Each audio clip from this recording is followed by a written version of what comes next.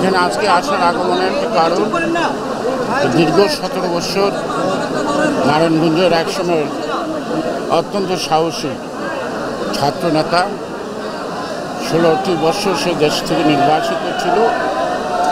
নির্বাসিত থাকলেও তার বিরুদ্ধে একের পর এক অনেক মামলা দায়ের করেছে সরকার। তারপরে তিনি মাঝপথে আসছেন, আসার পরে গ্রেপ্তার হয়েছে। তারপরে তিনি আইনি লড়াইয়ে প্রত্যেকটি মামলা থেকে জামিন প্রাপ্ত হচ্ছে।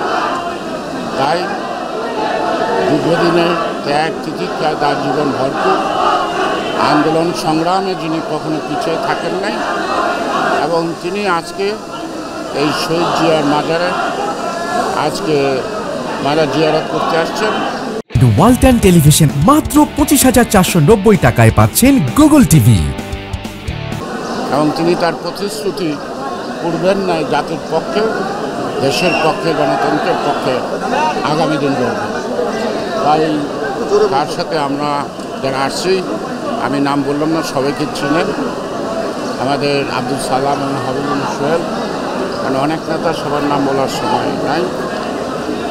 আমাদের এটি হলো মূল উদ্দেশ্য। আমরা ফেসিবাদকে তাড়াতে সক্ষম হলো, এখনও গণতন্ত্র আমাদের নাগালের বাইরে, গণতন্ত্র এখনও আলোর মুখ দেখে। আমাদের 17 বছরে যত আত্মাহুতি, যত গুণ, যত নির্যাতন, যত মামলা, সব কিছু শুধুমাত্র একটি সুষ্ঠু অবাধ নির্বাচনের মাধ্যমে জনগণের ভোটাধিকার প্রতিষ্ঠার লড়াইয়ে আমরা আজকে অব্যাহত আছি। আমাদের নেতৃত্বের উপর কি জুলুম হয়েছে, তাকে প্রাণে মেরে ফেলার জন্য মিথ্যা মামলা দিয়ে, অপবাদ দিয়ে তাকে যে হয়রানি করা হয়েছে, এটা দেশবাসী, এবং তিনি এখনও মনোবলও হারাননি এবং দেশের পক্ষে লড়ার ক্ষেত্রে তিনি প্রস্তুত আছেন। তার উপস্থিতিটাই আমাদের কারণ। অপরদিকে দীর্ঘ 17 বছর যাবে দলের ভারপ্রাপ্ত চেয়ারম্যান বিগত সরকার দ্বারা এবং 111 দ্বারা তিনি নির্যাতিত, শারীরিকভাবে সুস্থতার জন্য তিনি বাংলাদেশের বাইরে থেকেও গত 6 বছরে বেগম খালেদা জিয়া যখন কারান্তরীণ, তখন তিনি সারা জাতিকে ঐক্যবদ্ধ করেছেন। শুধু বিএনপিকে ঐক্যবদ্ধ করেননি, প্রায় 60টির মতো দল ঐক্যবদ্ধ করে 31 দফার ভিত্তিতে আমরা ফেসিবাদকে সক্ষম হয়েছি।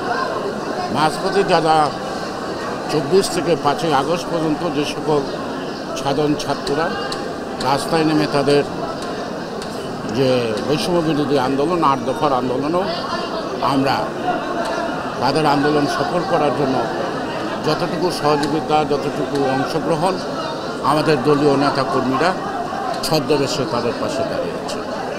এবং এই সন্তানদেরকে বাঁচানোর জন্য তখন এই দেশের জনতা এবং ছাত্র জনতা রাজপথে একাকার করেছে।